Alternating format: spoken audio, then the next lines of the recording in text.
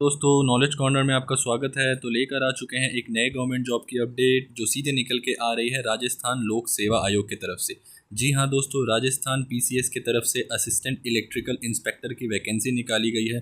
तो चलिए आगे इस वीडियो में जान लेते हैं इस वैकेंसी से रिलेटेड हर एक इम्पॉर्टेंट पॉइंट्स को जो आपके लिए बेहद ज़रूरी है। वीडियो में अंत तक बने रहिएगा और अगर वीडियो पसंद आए तो वीडियो को लाइक और चैनल को सब्सक्राइब करना ना भूलिएगा। तो चलिए शुरू करते हैं। तो चलिए दोस्तों, अब वन बाय वन इसकी इंपॉर्टेंट डिटेल्स के बारे में जान लेते हैं। तो सबसे पहले देखते हैं इसकी इंपॉर्टेंट डेट्स के बारे में। तो यहाँ पर आप देख सकते हैं एप्लीकेशन बिगिन 15/4/2025 यानी 15 अप्रैल से इसकी एप्लीकेशन ऑनलाइन शुरू होगी। लास्ट डेट देख सकते हैं 14 मई 2025 तक का दिया गया है। एग्ज़ाम फ़ी पे करने का भी जो आखिरी डेट है वो 14 मई 2025 तक का है। एप्लीकेशन फ़ी की बात कर ले तो जनरल और अदर स्टेट के लिए 600, ओबीसी बीसी के लिए 400, एससी एसटी के लिए 400 रुपये और करेक्शन चार्ज जो है वो 500 का रहने वाला है।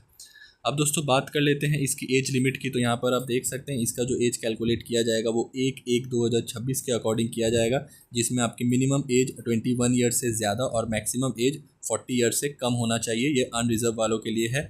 एससी एसटी के लिए 5 साल का एज रिलैक्सेशन, ओबीसी के लिए 3 साल का और फिजिकली हैंडीकैप और वुमेन के लिए 10 साल का एज रिलैक्सेशन दिया गया है। आगे जान लेते हैं दोस्तों इसकी वैकेंसी की डिटेल्स की और इसकी एलिजिबिलिटी क्राइटेरिया की। तो यहाँ पर आप देख सकते हैं टोटल पोस्ट जो है वो 9 है। पोस्ट नेम देख सकते हैं असिस्टेंट इलेक्ट्रिकल इंस्पेक्टर। यहाँ इसकी एलिजिबिलिटी दी गई है दोस्तों। यहाँ पर आप देख सकते हैं bachelor degree in electrical engineering और डिप्लोमा इन इलेक्ट्रिकल इंजीनियरिंग ये। Practice degree candidates 3 year, practice diploma candidates 10 year. Knowledge of Rajasthani culture, यहाँ पर आप देख सकते हैं ये इसकी एलिजिबिलिटी दी गई है। अब बात कर लेते हैं इसकी वैकेंसी की डिटेल्स की। तो यहाँ पर आप देख सकते हैं अनरिजर्व वालों के लिए 4 सीट है, ईडब्ल्यूएस के लिए 1, एससी के लिए 1, एसटी के लिए 1, ओबीसी के लिए 2, टोटल पोस्ट 9। तो यहाँ पर एक बार आप खुद भी देख सकते हैं इसकी एलिजिबिलिटी, वहाँ शायद आपको समझ ना आया हो। यहाँ पर आप देख सकते हैं a degree in electrical engineering और its equivalent from a recognised university, पहला तो आप समझ गए होंगे, और इंस्टीट्यूशन और a diploma in electrical engineering और इट्स इक्विवेलेंट। या तो आप इलेक्ट्रिकल इंजीनियरिंग का डिग्री होल्ड किए हुए हैं या फिर डिप्लोमा इन इलेक्ट्रिकल इंजीनियरिंग की डिग्री होल्ड किए हुए हैं तब। Point number B, he has been regularly engaged for a period of 3 years in case of degree holder and 10 years in case of diploma holders in the practice of electrical engineering, of which not less than 1 year should have been spent in electrical engineering workshop or generation of electricity or in the administration of electricity of the Electricity Act 2003 and rules made there under is a position of responsibility। ये नीचे वाला line उतना ज़्यादा नहीं देखना होगा, पर यहाँ तक आप देख सकते हैं और जनरेशन ऑफ इलेक्ट्रिसिटी तक ये ज़्यादा है इंपॉर्टेंट आपको देखना। Number 2, working knowledge of Hindi written in Devanagari script and knowledge of Rajasthani culture. तो यहाँ पर एक पॉइंट दिया गया है, आप देख सकते हैं ये वाला पॉइंट। यहाँ है उक्त पदों की अपेक्षित सैनिक अहर्ता के अंतिम वर्ष की परीक्षा में सम्मिलित हो चुका है या सम्मिलित हो रहा है वाला व्यक्ति भी आवेदन करने के लिए पात्र होगा, किंतु उसे आयोग द्वारा आयोजित लिखित परीक्षा से पूर्व सैनिक अहर्ता अर्जित करने का सबूत देना होगा। यानी अगर आप फाइनल ईयर के स्टूडेंट भी है, चाहे वो इलेक्ट्रिकल इंजीनियरिंग के या डिप्लोमा इन इलेक्ट्रिकल इंजीनियरिंग के ऑन गोइंग स्टूडेंट है फाइनल ईयर में, तो भी आप इस फॉर्म को अप्लाई कर सकते हैं, ये दिया गया है। दोस्तों यहाँ पर अन्य विवरण का एक कॉलम दिया गया है, आप देख सकते हैं चयन प्रक्रिया दिया गया है। अभ्यर्थी का चयन लिखित परीक्षा के माध्यम से किया जाएगा।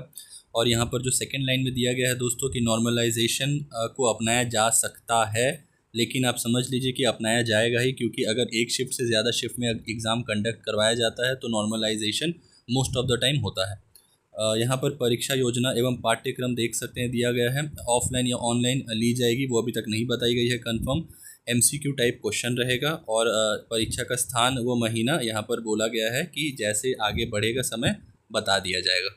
दोस्तों यहाँ पर आप देख सकते हैं इसका scheme of examination for the post of assistant electrical inspector दिया गया है। सब्जेक्ट देख सकते हैं concern subject as prescribe in qualification. आपका क्वालिफिकेशन में जो सब्जेक्ट बोला गया था इंजीनियरिंग या डिप्लोमा इन इलेक्ट्रिकल इंजीनियरिंग, उसी के अकॉर्डिंग आपका सिलेबस रहने वाला है और एग्ज़ाम भी उसी के अकॉर्डिंग कंडक्ट करवाया जाएगा। वैसे सिलेबस के बारे में एक्स्ट्रा कुछ नहीं दिया गया है। Number of question 150, total marks 150, each question carry 1 marks रहने वाला है। टाइम ड्यूरेशन 2.5 घंटे का रहने वाला है। यहाँ पर आप देख सकते हैं एक ही पेपर होगा जो 2.5 घंटे का होगा। पॉइंट नंबर 2 में दिया गया है। पॉइंट नंबर 1 में दिया गया है 150 मार्क्स, 150 क्वेश्चन MCQ टाइप।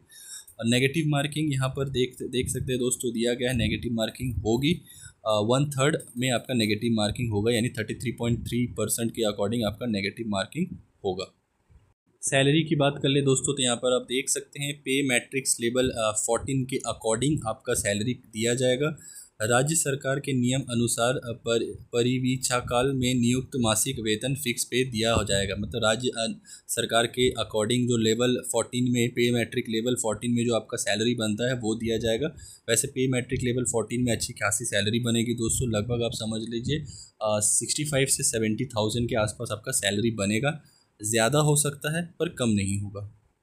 तो ये रही दोस्तों इस वैकेंसी से रिलेटेड हर एक इम्पॉर्टेंट पॉइंट्स जो आपके लिए जानना बेहद ज़रूरी था, और मैंने 1 बाय 1 इसको आपके सामने रखा है। 5-6 पेज का ही PDF था इसके ऑफिशियल नोटिफिकेशन में, तो जो भी आपके लिए ज़रूरी था वो मैंने बता दिया है।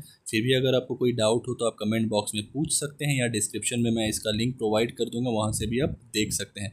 अगर आपको नॉलेज कॉर्नर की तरफ से अगर भी ये वीडियो पसंद आई होगी, ये इन्फॉर्मेशन पसंद आई होगी, तो वीडियो को लाइक और चैनल को सब्सक्राइब करना ना भूलें। मिलते हैं एक नए वीडियो में, तब तक के लिए अपना ख्याल रखें। जय हिंद।